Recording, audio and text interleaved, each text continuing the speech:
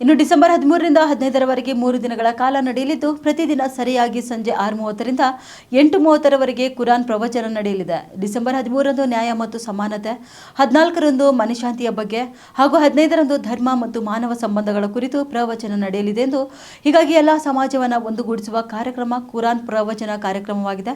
ಸಮಾಜದಲ್ಲಿ ಶಾಂತಿ ನೆಮ್ಮದಿ ನೆಲೆಸಬೇಕೆನ್ನುವ ದೃಷ್ಟಿಯಿಂದ ಕುರಾನ್ ಪ್ರವಚನ ನಡೆಯುತ್ತಿದೆ.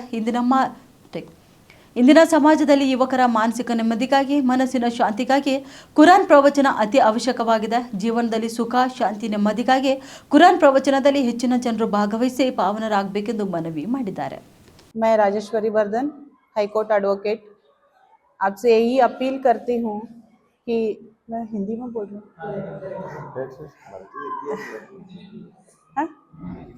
हिंदी में बोलूँ, मराठी येतं ना? हां चालते. अच्छा ठीक आहे. ನಾ ಎಲ್ಲ लँग्वेज ಮಾತಾಡ್ತೀನಿ, ಅದಕ್ಕೇನಿಲ್ಲ. मराठी बोलू. सगळ्यांना नमस्कार आणि अस्सलाम वालेकुम. मी राजेश्वरी वर्धन, हायकोर्ट ॲडव्होकेट. मी प्रत्येक वर्षी आतापर्यंत हे 10वा कुराण प्रवचन स्टार्ट झालेलं आहे. 10 वर्ष संपत आले, पण मला माहिती नव्हतं. पण गेल्या वर्षी मी जेव्हा ह्या कुराण प्रवचनमध्ये भाग घेतले तेव्हा मला समजलं की आपले जे प्रॉब्लेम्स आहेत ह्या माध्यमातून कसं त्याला क्लिअर करायचं आहे ते मला कळालं. आणि तिथं बसल्यानंतर हे कळालं की संपूर्ण जगामध्ये जे विश्वमानव आणि जे बंधुत्व आहे आणि भाईचारा आहे, ह्या सगळ्या वर्डचं जे मतलब आहे ते काय आहे इथं ह्या मीटिंगला गेल्यानंतर कळतं. हे कुराण प्रवचनमध्ये भाग घेतल्यानंतर कळतं. जसं आजकाल प्रत्येक मशीनला, मोबाईलला, टी व्हीला आणि प्रत्येक चीजला जसं व्हायरस अटॅक होते, जसं कार्बन येते, तसं मनुष्याच्या जीवनमध्ये माइंडमध्ये अनेक विचार येतात, अनेक भावना येतात, अनेक प्रॉब्लेम्स येतात.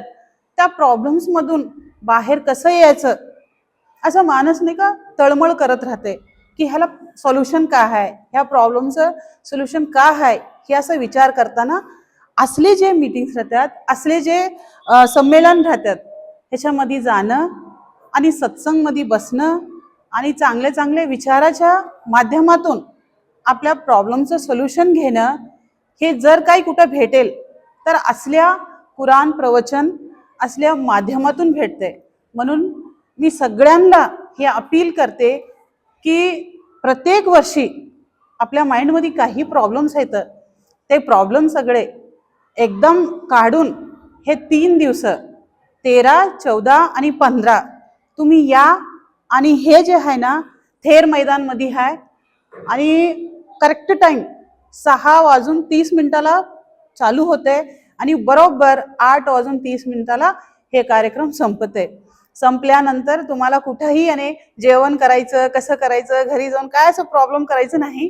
इतकंच मस्त प्रमाणे जेवणही असते. कुराण प्रवचनमध्ये आपलं माइंड फ्री करायचं आणि जाता जाता मस्त प्रसाद घेऊन जेवण करून जायचं. त्यामुळे 3 दिवस फ्री करा.